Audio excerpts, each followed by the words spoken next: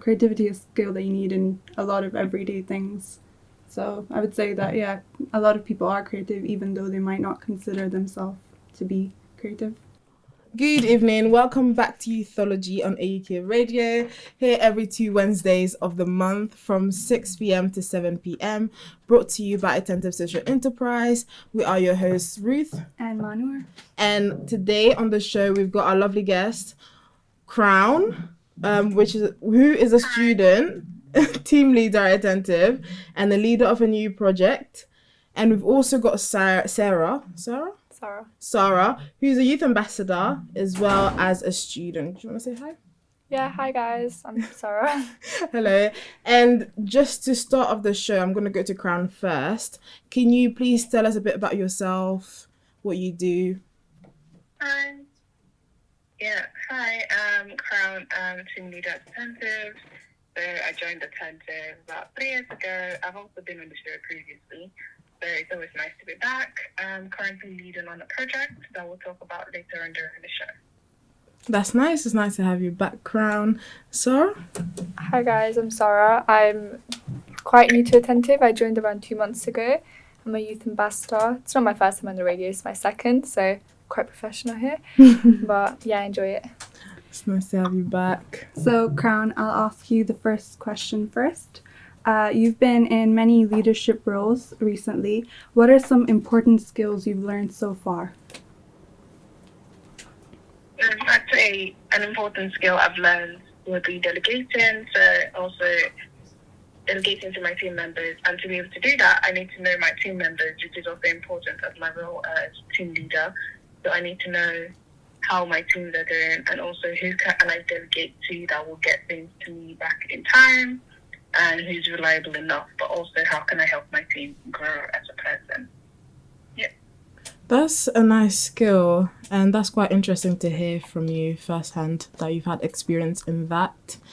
And I'm going to go to Sarah now. So we know that you're a youth ambassador. Can you tell us what prompted you to join or to step into this role? Okay, so I was introduced to Attentive by some of my friends who are in Attentive. I didn't really know much about it before that, but they were always saying how fun it was and all the stuff they can learn. So I just showed up to one of the meetings randomly and I met everyone and everyone seemed so nice. So as soon as I joined Attentive, I got to know everyone better, and I got to learn so many new stuff like photography and radio training. So I've learned a lot, and that's why I want to keep on learning here. Yeah, Attentive is definitely a great way to learn new skills and to expand on the skills you already have. So the next question will go to both of you. When you have a hard task, what's the best way to keep going and not give up? So I'll go to Crown first. So when I have a hard task, what's the best way to tackle it? Yeah. I'm guessing? Yeah, to keep going and not give up. Okay, to keep going. So basically to finish the task. I'd say break down the task first of all. So what do you need to do to complete that task? Sometimes it is you don't need to complete it in one sitting, because sometimes trying to do that is what causes people to just burn out and be like, I can't do this. So break it down and then time block. So set out specific times to do specific things. That helps a lot. So you don't rush yourself, but also because you've broken it down, it's easier. So you know, I do this, then I do that, then I move on. Because then you're progressing slowly and bit by bit. Yeah. And Sarah, the same question. So I think the best thing to do is just look at the end goal. So what I do, I take A-level biology and chemistry, and I know that they're hard, but I look at the end goal and I see that if I want to achieve my life goals like working in medicine, I need to get good grades. So that's what's really pushing me to carry on trying. Yeah, that's a good feedback, I would say. But just to go back to Crown, so because you do both leadership and because you're also a student, how would you say you manage to balance both? That's a hard one, right? Well, actually, not too hard, but it's more of I think I learned as I grew, if that makes sense. I think because to do both, it was kind of like a gradual process. I didn't all of a sudden was a team leader and then was also in uni. I think it started gradually. I had like my job and then I started uni, but it was kind of a learning to balance them, but in a way where what that works for me. And what I found works for me is to have a list of my tasks I have to do, and then noting that down helps me know, okay, this is how much time I have, and I need to get this done by this date. So what do I prioritize? I think that helps a lot, prioritizing things. So what do I need to do first, and then what can I do next? At first it was hard because obviously it's a lot, but I got used to it as time progressed because it's been over 2 years now. So it's like I kind of learned new skills and new ways that work the best for me, because I think what works for me might not work for someone else. For me, doing something like time blocking and also dividing my tasks up helps me, but for someone else it might not help.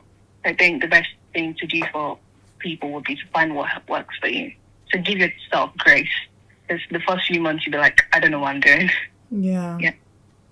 Oh, that's interesting, because you talked about most stuff that we hear a lot: time blocking, time management, which I think is quite hard to get into. But you said it took you about 2 years to get it, right? Kind of. Yeah, it takes time. That's good. That's good. And would you say that there's anyone who influenced you or helped you to get to those methods or to the way that you are? In terms of balancing everything. Influence-wise, I'd say I've got loads of influence growing up. I think watching my sisters growing up, they're very hardworking people, and I thought, oh, I can't really slack off. In a family, when you live in a family where you've got people that are very hardworking, you're like, I can't exactly slack off. So it's like looking up to them and thinking, I know what they can accomplish, I can do as well. But also the fact that they've always encouraged me to do whatever I want to do. It's more about, what do you want to do? Can you do it? Go for it. Kind of situation. So I think that's what's helped me the most. That's inspiring. That's very inspiring. Shout out to your sisters, I guess, if they're listening. I'm sure they are. Yeah, I think it all comes down to experience and then just learning along the way, and also having those positive role models. So the next question will be to both of you. Why do you think being creative helps young people get more involved in different activities? So let's start with Sarah. I feel like it's really good to get people involved by being creative, because young people, they don't really like boring stuff. Like me, myself, like when I see something boring, like, I don't want to get involved with it. But if like attentive, they always do like really creative stuff to get involved with the community. Like there was an Knife Angel, they did questionnaires and, something engaging. So I think thinking of stuff outside the box to get young people engaged is really the only way to actually talk to them and hear what they want to say. Yeah, that's great. And same question to you, Crown. So if Crown didn't hear the question because you're quite far away from the phone, because she's on the phone, in case you can't see us. So the question was, how do you think being creative helps young people to get involved into different activities? I think being creative is, I think kind of focusing on kind of like creative learning in of itself helps, because a lot of people learn through different means, and being creative opens up that pathway. So being creative or giving people the space to be creative removes that kind of block, or would I say that kind of barrier that's kind of placed when you're in school, that kind of limits you. So it gives you more space to actually think of other things than just the typical things you think of when you're like studying and things like that. Or like as we grow up, we're used to the very set things that were placed and told to do, and set ways we're told to do things, especially in certain subjects. They're like, this is the way you should do things and this is how you achieve that goal. But then when you open it up and be like, you can be creative and do what you want, that kind of gives people more leeway, I'd say. Yeah, that makes sense. Yeah, attentive always highlight how people have different learning styles, and then I think creativity really comes into that, where you need to have creativity when you're teaching different people and talking to different people, because they might not find it helpful if you're catering to one type of learning style. So I think attentive is really good with trying to engage young people like that. Yeah. Are you both of you guys, so Sarah and Crown, are you guys creative? I hope so. I hope that people think of me that way. But I feel like I am creative. That's good. Crown? I'd say, previously I'd have said no, I'm not. But then I think there's several things that I do that I usually consider as being creative. So I'd say, yeah, I am creative in some aspect. I think you Although I both might are. not be an artist kind of creative, but I think Yeah. I'm creative in some way. Yeah, I think you both are quite creative.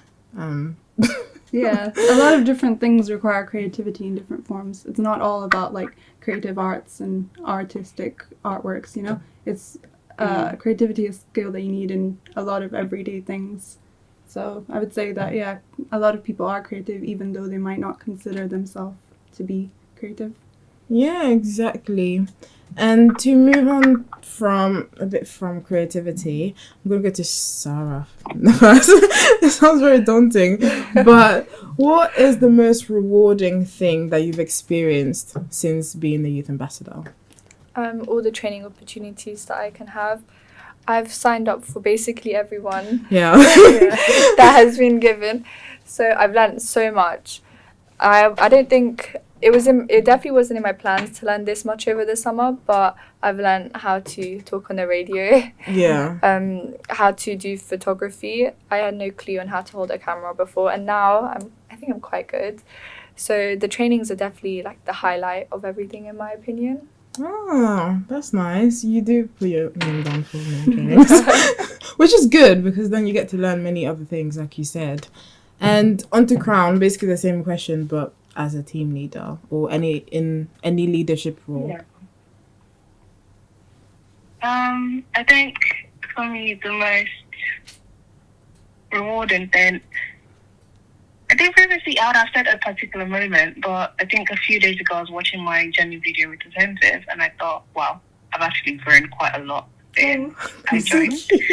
And I think that growth in and of itself is what's rewarding for me. So I'm like, the person I was when I first joined is totally different from who I am now. Yeah. Well, obviously I'm still the same person, but I've grown so much and I'm like, I appreciate that fact. Yeah. Yeah. So the next question is, how do you manage balancing your work and your leadership roles? Crown? Okay. That's to me, right? Yeah. I'd say balancing my work and my leadership role. I'd say with the way I do things, or rather how I work, usually it's not based on a schedule. It's hard. I know I was like, oh, now I need like a planner in my life actually to plan things I do, because then I forget. I can't rely on my memory to remember everything. Yeah. And I know kind of type of person I am. If I'm to leave things and not noted down, I'd be like, you need to complete this task by this date, or just note down in general, this is what I need to work on. I tend to forget. So on my laptop, I have literally just a notepad up there, a note on there that says, this is the task you've done, and then just cross that ones that I have done already. But also in terms of managing my work and my leadership role, another thing that I think is also very important, I should note, is taking breaks. Because then if you don't take breaks, you get burnt out quite quickly. It's also knowing when I've done too much and I'm like, okay, I need to stop taking on more work. I can give this task onto someone else in the team, so I don't have to do it myself, because then it's too much. But also knowing I need to take a break from either from work or from my leadership role as well. Because then if I just pile on the work and pile it on, I then become just like a working machine, and then I get burnt out. Yeah, so very important to take breaks. To anyone listening, take a break if you need a break. It's Yeah. really important. It does wonders as well. Yeah. Just try it. Definitely helps with stress a lot because you can get quite unproductive if you're just working. Yeah. And I'm going to flip the same question to Sarah. Okay. With being the youth ambassador and being a student or sixth form. You're in sixth form, right? I can imagine it's hard. So how do you balance both? So I just started sixth form 2 days ago, so I haven't come across that many challenges with balancing my school and attentive life. But in the future, if I've got like a lot of, I don't know, coursework to do and something to hand in for attentive, I'm just going to plan it out. Can't really speak from experience yet, but, you know. Listen to Crown. Just listen to what Crown is saying right now and call her. If you need help, just ask, how do you time block? Yeah. How do you do that? But yeah, since you just started sixth form, I guess there's not much there. But before we go on the break, I just want to preface by saying that we are going to be talking about the new project that is taking place in Luton, which is called Power Youth Action. And we're so very excited to talk about this in the second half of the show. And I really I can't wait to hear more of this, especially from Crown, because she is leading on this project with Attentive.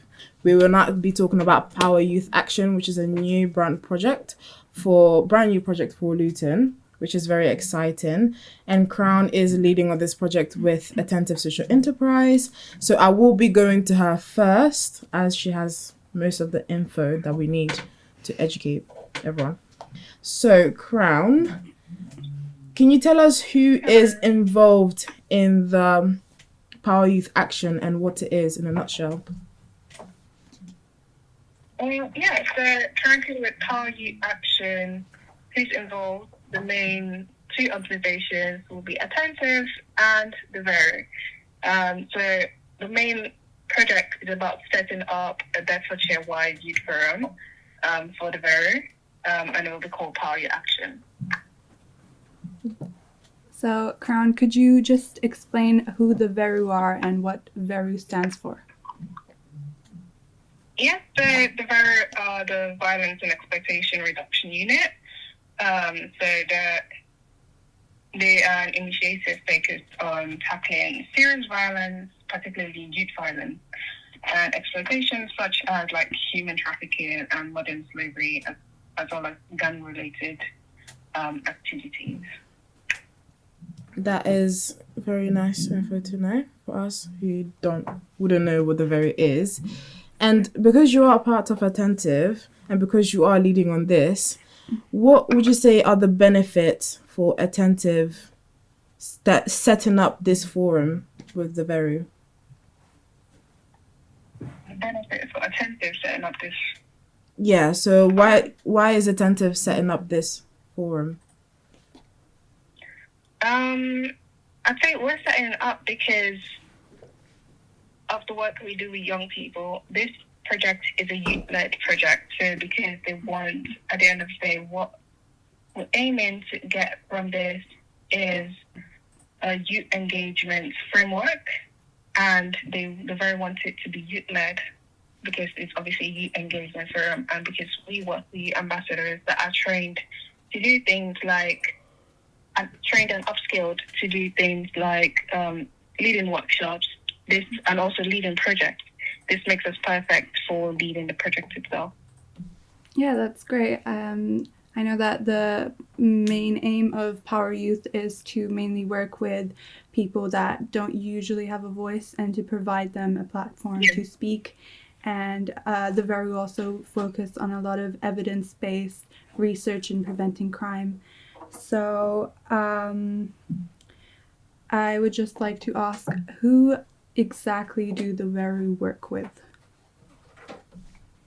Who exactly do they work with? So they work with, or rather collaborate with a wide range of partners that can range from the police forces to help like identify and respond to criminal activities, youth services, so kind of engaging with young people that are at risk of violent activities, families and local communities kind of working directly with people affected by violence to also offer guidance, support and protective interventions. And then they also work with schools and educational institutions to deliver educational programs and raise awareness about risks of violence and exploitation. So it's quite a wide range of people they engage with. That's really, really Informative. Yeah, it's very informative. It was a lot of information, but you made it quite digestible. So it was nice to hear. And Sarah, because we haven't heard from you, what do you think of this initiative? Are you excited? Yeah, I'm quite excited about it because I feel like it's really going to help my community and it's going to make it a safer place. And I think that not only is it important for people to embrace, this new Power Youth Action and VERU, I think it's just important to listen to what they have to say, because there was the new campaign that VERU had, which is just drop it, the knife thing. But I feel like it's really, a really good campaign to start. Yeah. Yeah, definitely. So just to expand a bit more on the Just Drop It campaign, it's to prevent knife crime and crime related to knife violence. They're still working on the campaign and require some input, but it is something that I'm looking forward to going ahead. Another intervention that I know the VERU are recommending is to increase street lighting, because there was evidence that can reduce crime and violence. So I think that's really exciting, where something so small, just street lighting, can have an impact on reducing crime. Thank you for that, Manu. We're all very excited to see how that is going to reduce crime and how it's going to be once it's put in action. So back to Crown. So as we know that the BEDS VERU has a remit of reducing crime, can you tell us a bit about any of the methods that they use to do this?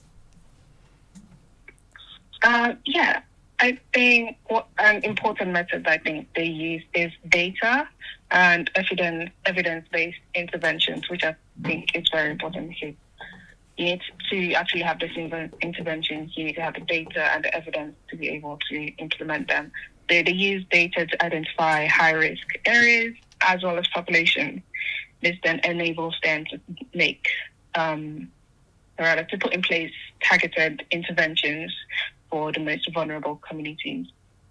Yeah, that sounds great.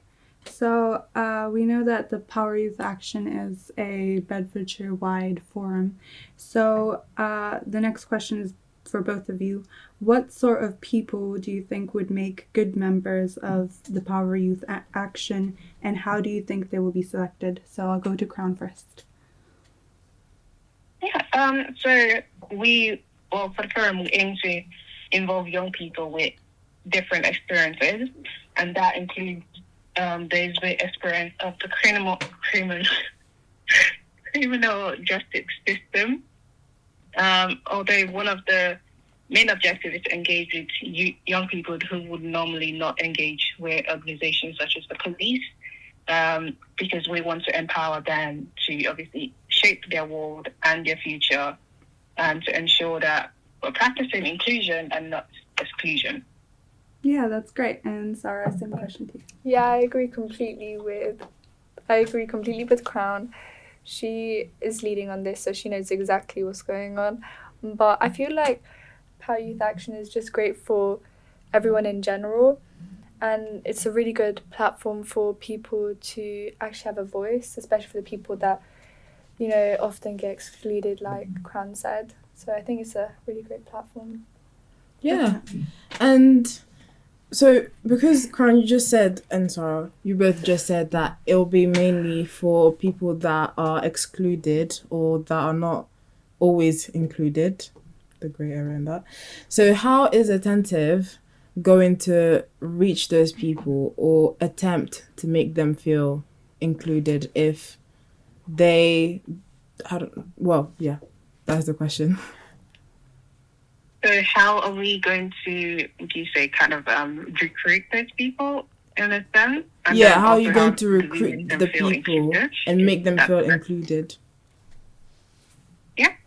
I guess some of our recruitment will be face-to-face, and then some would be via colleges, and there's like Central Beds College, Chalk Hills Academy, and then like Bedford College, Stockwood Park Academy. But we'll also kind of look to link with the youth offending team of Central Bedfordshire and also Luton. And then we'll also be looking at the like school's internal exclusion unit, so kind of like Compass and Phoenix exclusion unit. I guess a way we'll seek to make them feel, involved, included, and not excluded is that we're making this youth-led. So this is a project for young people led by them. Mm-hmm. So they will be involved in panel discussions, consultations. They will also have like freedom to propose and to lead on projects. So I think that in itself is empowering them and it's telling them you are included. So we're here to listen to you and to work on, to put to action what you propose. And I think that is the best way to tell someone you're included. So we're listening to you and then we're going to put into action what you propose to us. That's nice. Yeah, definitely. I would also like to add that the VERU do a lot of prevention that includes primary, secondary, and tertiary prevention methods, where they look at different interventions and assess how well they've worked. For example, one of the preventions was after school programs and anti-bullying programs, and they actually found that they tend to have a low impact on violence and crime reduction. So it's things like that where they're looking at evidence-based research and using that to come up with newer interventions. So going on that and going off of interventions and the youth power action, how many people are you looking for to join youth power, and how exactly do you think those will be selected?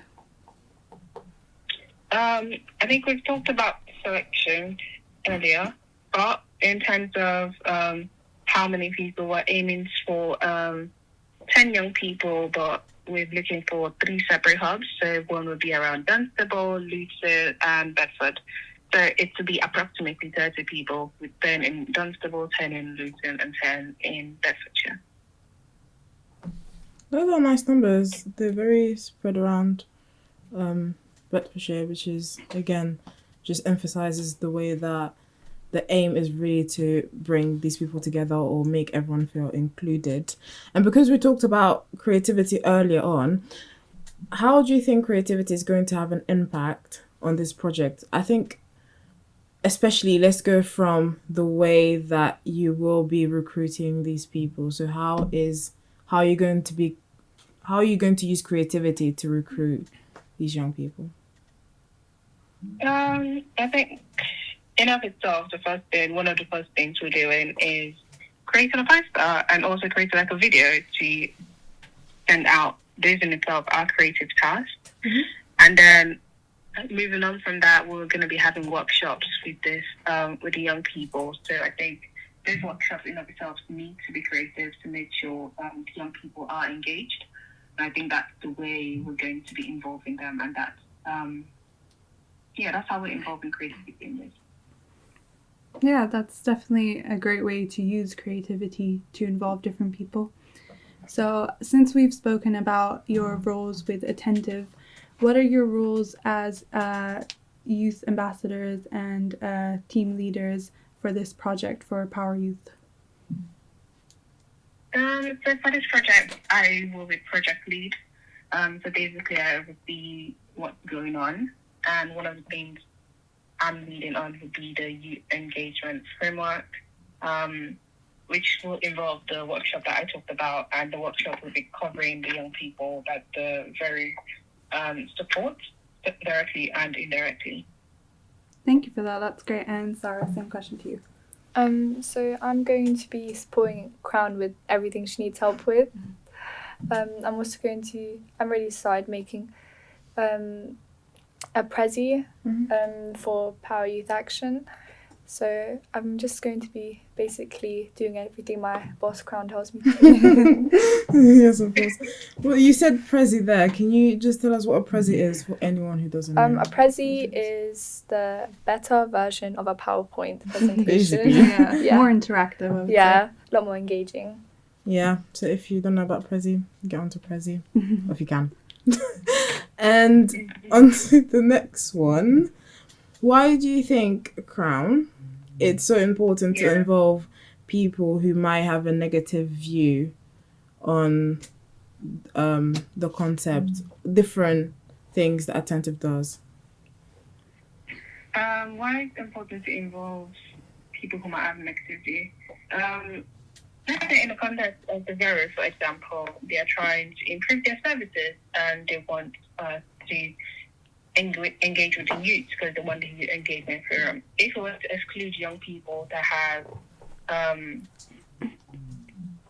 bad experience, for example, then I feel like you wouldn't exactly be improving the system, because without those reviews that tell you what went wrong, that make them have a bad experience, you won't be improving anything. You'll just hear what's good and there's nothing to change. So involving people that have a negative view, I think is very crucial, because obviously their experiences often have critical insights about the flaw or the weakness of a system.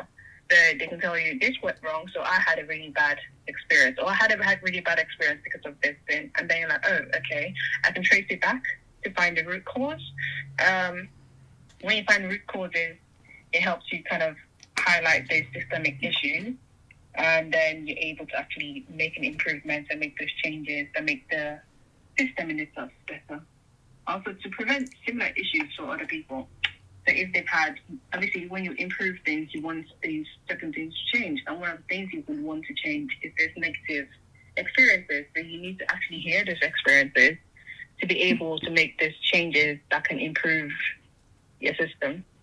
Yeah, definitely. I think it's very hard to improve if you're always hearing positive feedback. So I think it's always good to hear the opposite side and to see where you could improve. 100%. It's always a process. And I think just like Crown, you said, you have to be able to hear it first and then to be able to address it.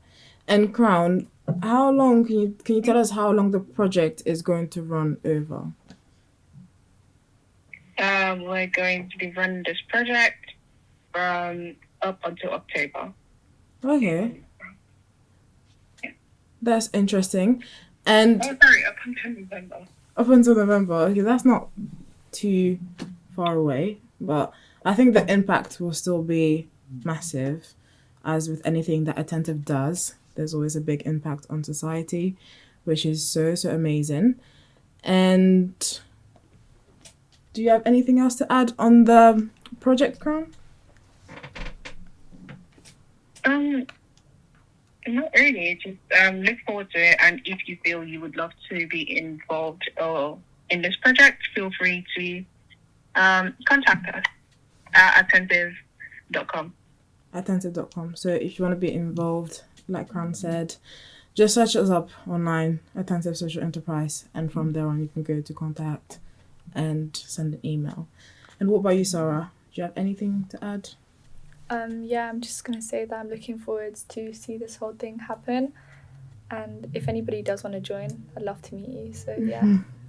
Yeah, it's always interesting. And we also love to hear about your point of view. So even if you're not interested to join, which it would be great if you do, but if you just have, I don't know, feedback or a point of view that you want to give, you can always just email us. And it's always great to hear, like we said, listen first and then try to change the system. Yeah, it's all very exciting. Yeah. Yeah. One change. The project is running until March. Which is more too much. Okay. So much longer, which means there'll be much longer impact on the community. Yeah. Which is even more amazing than it was before. Do you have any last words, That sounds very... Do you have any final opinions? I'm just very excited for this. I think it will be a great way to see a positive impact on society because it is a lot of evidence-based prevention and intervention. So I'm looking forward to it.